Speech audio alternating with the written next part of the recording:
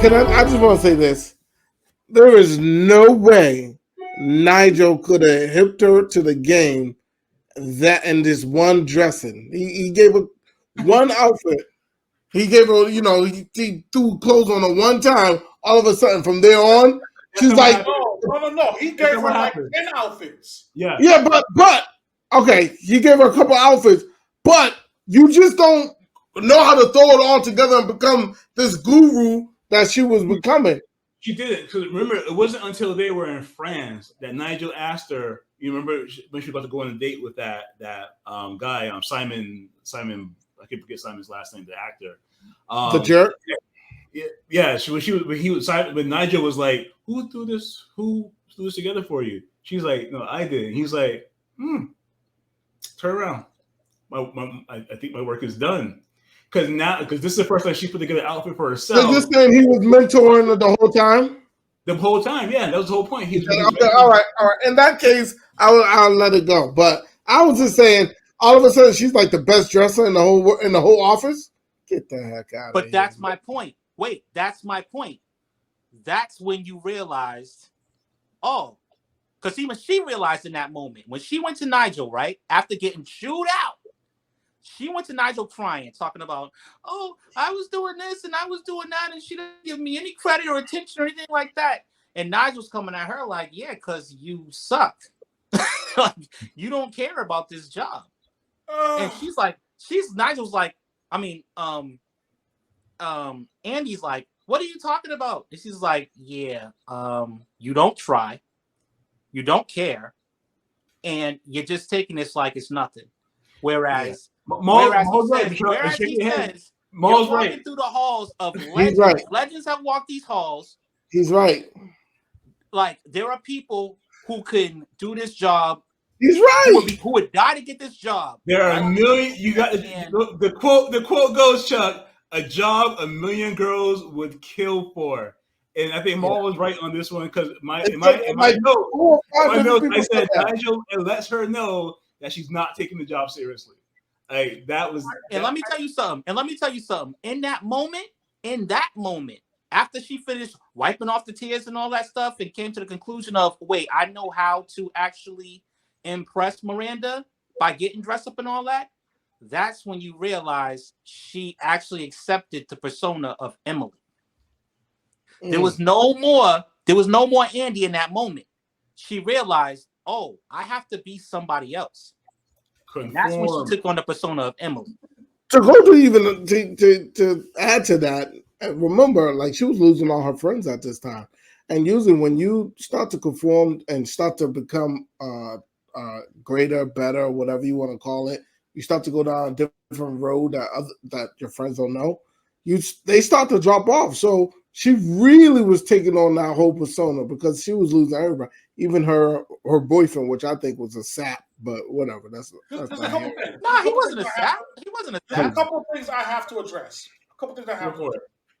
One is, I still don't buy into Jamal's theory.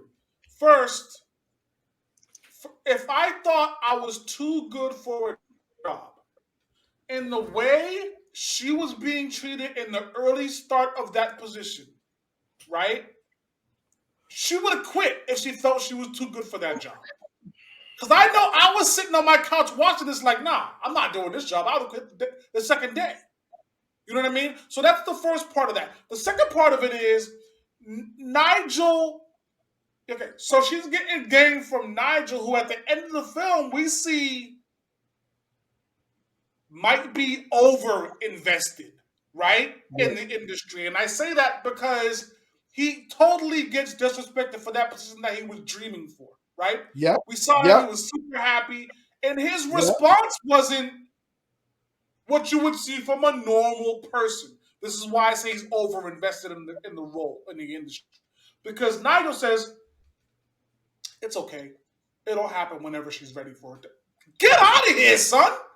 This is where you're talking about she's getting game from? I don't know if that fits. Chuck, remember, so he said that knowing he was lying to himself. Because what Andy said to him afterwards was like, no, do you really think that's going to happen? Do you really think so? He was like, I don't know, no. And so he said he already knew that there was a chance that Miranda wouldn't make things right for him, that she would just kind of keep him where he's at. But he loved the industry. He loved what he did. Yeah. And so he's the barometer. He's the barometer. Why? But Chuck, this takes us back. This takes us back to the question of, was Miranda trying to make Andy a better person, or was she just getting her own enjoyment out of it? The fact is that she don't care for nobody or no one. It's all about her. I agree. Yeah. Everyone else are just extras in her movie. You understand what I'm saying? That doesn't mean. I'm sorry. That doesn't mean she wasn't trying to build that Andy. A better Andy means a better Miranda. So she didn't care either way. Like, if you help, it's one of those things where it's like, wow, if we're in the desert and you got a bottle of water and you're like, oh, we can both live, and you hand her the bottle of water and she drinks the water. She didn't care that you gave her the water. So Nigel would be like, oh, it's okay. She'll give me water the next time. So no, the whole point here is that she's not trying to be Andy's friend or like best buddies with her or anything. She's trying to build her up to the point where she can support her better. Not for any other reason other than that. Not trying to build her up to anything. Y'all are giving her too much credit. Miranda feels that this is all about her. She will always be about Miranda. Yes. Even at the point where you're thinking that Andy gets the respect now. She got all dressed up and she's like looking at her and everything's great, whatever. But did you notice that when it got to the point where they was about to go into the press conference or whatever, meeting and stuff like that, and Andy's trying to warn her, oh, they're about to try to take your job and all of this, whatever have you. She's like, do I smell Frasier in the room? And throws a coat in her bag at her. Like, you better make sure I don't smell nothing in there. Like, she don't care. It's like, yo, I got this from start. Well, with that though, she already knew. Yeah, that's why I'm saying. She already knew. That's why it's not about anybody. Like everyone's like, anyone who thinks that they're helping her, they're not. Like, I'm not disagreeing with the fact that she doesn't care. She doesn't care. But the point is, she's not doing this for some sadistic reasons. She's building this girl up so this girl makes her look better. Why would I want a trash assistant that makes me look bad and messes up versus having a great assistant who, like, I can throw things on and say, handle this for me, and I can do more of other things to make me look better. Like, that's the difference. She's not trying to be best friends with her. She's not trying to she's not about her trying to like build her up for any saintly reasons. It's all about, what can you do for me? And I want to teach you to a point where you can do more for me. That's about it. Yeah. Mo, let me just say this real quick. Why is no one ready? That is the best point in the whole movie. I just wanted to throw that out there before Adrian used it for his quote of the day. I wasn't using that one, but Chuck Mo, listen. There were so many quotes in this movie that I heard so many times after seeing this movie. Yes. And I was like, I heard this guy say to me one time as a joke, and unfortunately I caught on to the movie at this point. He was like, "I'm just a stomach and flu away from my goal weight." It's so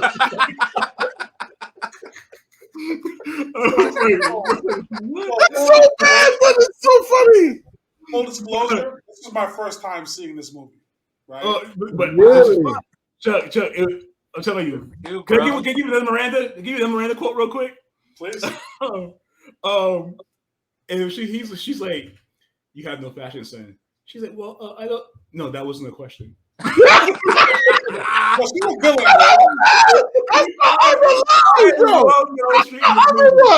No, that wasn't a question. Stop. No. She's a villain. She's a villain. She's not a villain, man.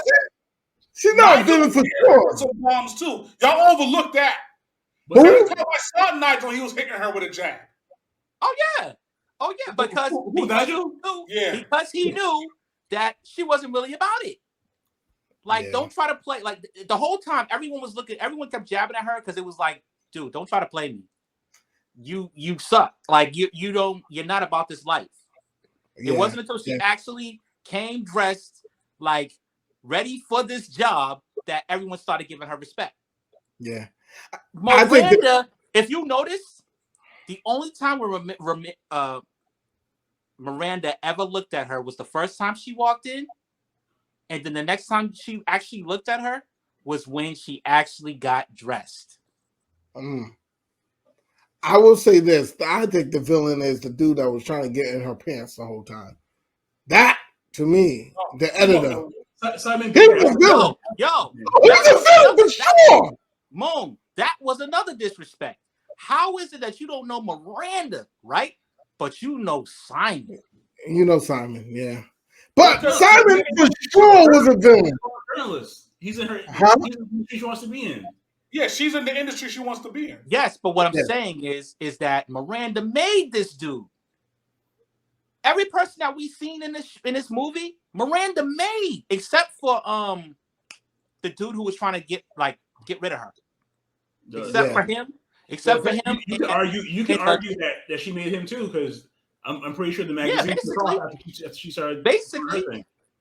Yeah. Mo, the question I had for you earlier was, what scenes stood out for you? We talked about a couple of the quotes that were really hilarious, but what scenes really stood out for you in this film? I kind of hinted at it. I think it was the scene where she walked in and Miranda and her husband was arguing. I think that scene stood out to me because in the office, everybody's afraid of her. Everybody fears her. But when she's at home, it's almost like she's like the role is reversed, if you know what I mean. And that's the kind of place where she don't have the victory in her life, and Emily, whatever her name is at that moment, she seen her at her weakest moment. That's why I do believe after that it became Venom, and she became like she really tried to hurt her, and so I could see Jamal point after that moment. That's the one that stands out to me. Adrian, talk to me about the scene in this film that stands out to you the most. Oh, Chuck, you finally got to me, Chuck? By all means, Chuck, move at a glacial pace. You know that throws me.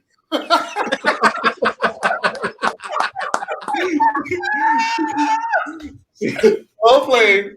The best. So for me, I think I have to go with the scene where she walks into the office that first time, really dressed up, and I think Giselle Bundchen was in there talking to Emily Blunt's character, also named Emily, and they kind of she walks in and kind of gives that shock. Can I say that this is another movie with an all-star cast? It's crazy. All-star cast. Nigel, Miranda, Emily, like it was all like it's crazy, man. Anne Hathaway, I've been a huge fan for a long time. This was the this is the first movie I saw her when she played. I'm shaking the camera here. Where she played an age-appropriate character, because she always been playing like a teenager, like the Princess Tales or whatever that was, a movie where she did a Disney movie she did. So this movie. Really, she played an age-appropriate character, and I think she killed it in this. This was a movie that really got me to go from a fan to more of a super fan. Meryl Streep, Stanley Tucci, Emily Blunt, Adrian Grenier. They all. I felt like this cast was, because it was a comedy. You kind of don't always look at it as having like great acting.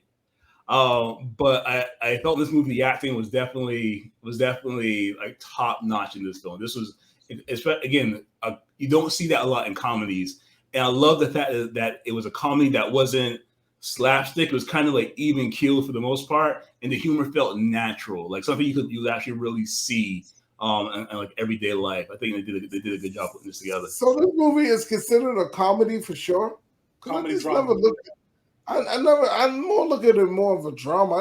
I don't really. It's funny. Don't get me wrong. It's funny, but I just more look at it on the side of the drama. I don't look at it as a comedy, really. Jamal, talk to me about the scene that stood out to you the most in The Devil Wears Prada. There was endless good scenes.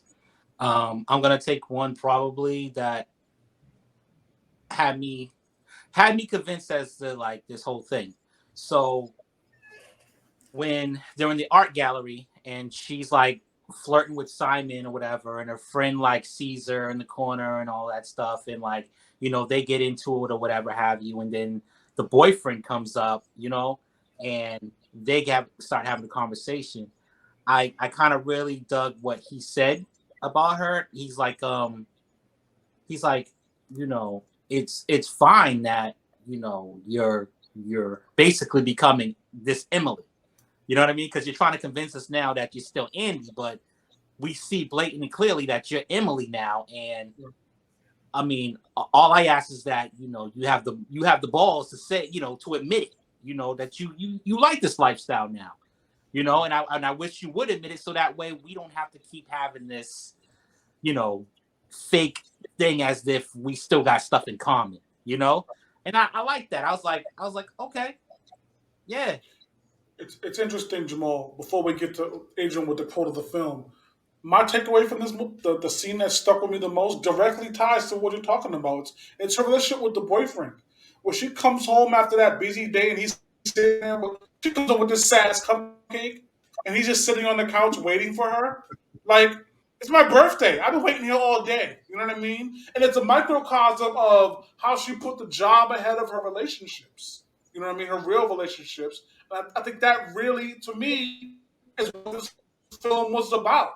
And at the end of the day, she kind of realized what was going on and said, "All right, you know what? Let me go back to the way, just to being who I want to be, my original self." I think that so that Oh yeah, scene absolutely.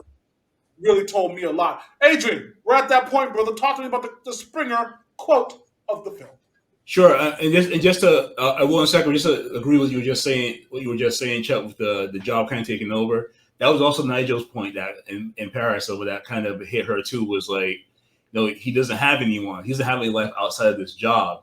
So same thing with Miranda. You saw that where her husband, another husband left her because the job became all consuming. And you know, we've all seen people who've had those types of jobs. So it was that's a good point there. I agree with that. This quote of the film was the conversation between Andy and Miranda in the car after she had just stabbed Nigel in the back. And it goes that Andy says, "I don't think I'm like that. I couldn't do what you did to Nigel." Miranda says, you already did. You already did to Emily. Yeah. "No, I didn't have a choice." Miranda says, No, you chose. You chose to get ahead." Yeah. And that was when they hit Andy that, you know, she was becoming more of like these people that She was becoming Miranda. yes. So that's the quote. I think that kind of sums up what was going on there in this film. Well played there. Well played there. Jamal, let's start with you. We're at the point in the Unspoken where we give our grades out for the film that we're talking about. Today we're talking about The Devil Wears Prada. And by the way, certainly feel free to like, subscribe, follow the channel for future viewings. I know we have other films. I know Moan's going to throw up here on the corner for another tab for you to click on. And we got things coming to you every Monday every Monday afternoon. So be sure to check those out on the YouTube channel. Be sure to follow us on our newly created IG page and our Facebook page and all kind of social media stuff that we're involved with. So you want to be over there.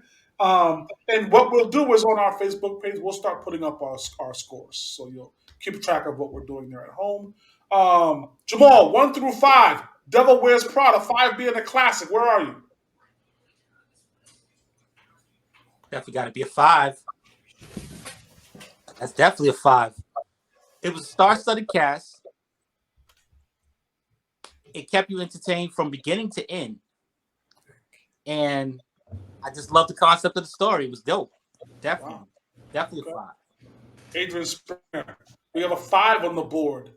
The Devil Wears Prada on a scale of 1 to 5. Where are you going for this film? So this is pretty easy for me. And if you ever talk to my my lady here, she'll tell you how much I love this film. So for me, it's easily a 5 for me in this one as well. In the realm of comedies, I just explained, in the realm of comedies, this was so well done, so well acted, and so when I look at it as a comedy and as it's just a good film overall, I won't have to give it a 5. I think it is a classic film. I've watched it too many times, but not to be a classic film. But, yeah. Okay. Got 2 5s on the board here. We're in some strange territory here. 2 5s on the board coming to you. 1 through 5, 5 being a classic. The Devil Wears Prada. Where are you going? I kind of picture Adrian's going to do that. I cannot nail Jamal. Jamal's all over the map here. What you mean? I never know where he's going to go. But I'm sorry, guys. Y'all know I love this movie. I really do. But I can't give it a 5. I'm gonna have to give it a 4. I'm gonna give it a 4 for sure. It's a great movie. But let's be honest. To me, it's a movie that was still predictable. I knew that she was gonna start to become good, great, and all that. Like you could tell that from the beginning of the movie. All right, you get this job, you're gonna suck at it, you're gonna become great at it, but then you're gonna come to your moral compass and want to be like, I'm gonna be the best me that I can be. I'm not gonna go down that whole line of like a Nigel or whatever like that. So I could kind of tell that from the beginning of the movie when she first was getting in there. So it was no surprises in it. I thought it was just a good movie. Listen, man, I'm not sure what you guys see in this movie. The writing was basic at best. I've said before on this show that in order for it to be a classic, you have to have 2 memorable characters. I've said that multiple times on this one. There's only one in this film. What? 3. It's a 3. I think bro! Wow. A 3? I think I'm being generous in giving it a 3. I think you're a loser. Yeah. I absolutely, this film for me is totally forgettable. Wow. It's totally forgettable. If I never saw this movie again, I wouldn't feel any kind of way about it. A 3 though? 3. You're gonna get pillaged. I don't know if you actually watched the movie, Chuck. Yeah, I don't think he watched it. It's a pretty good movie. No, he had his wife watch it. I didn't see any. So there was no great acting in this. I don't know what you guys were. No, Meryl Streep was on point. Okay. When you take in consideration, right, that she was portraying a real person, like I don't say a caricature, but a version of this real person who has this kind of reputation in the fashion world for being like this, and the way she was able to deliver it make you actually feel for Miranda at times, even though she was this cold-hearted person, I thought was a really masterful piece of acting on her part. So as far as memorable characters, I mean, you yourself have mentioned Nigel several times, and I think he's a memorable character to you, and everyone finds Miranda memorable. So I'm just saying that's just where I am. But you know, go with your 3. I'll forget about Nigel. It's wrong. In a minute, Wrong. we'll wrap this episode about Nigel. Say again. Another episode of The Unspoken in the books. Gentlemen, I appreciate the time. Stay tuned for future episodes of The Unspoken where we discuss your classic films. Obviously, jump in the comments and let us know what you think about The Devil Wears Prada. I can hear my wife in the background now. It's a classic! And she's right. And she's right. Yes, please jump in the comments and let everyone know how wrong Chuck is. How wrong he is. Just tear him up. Classic.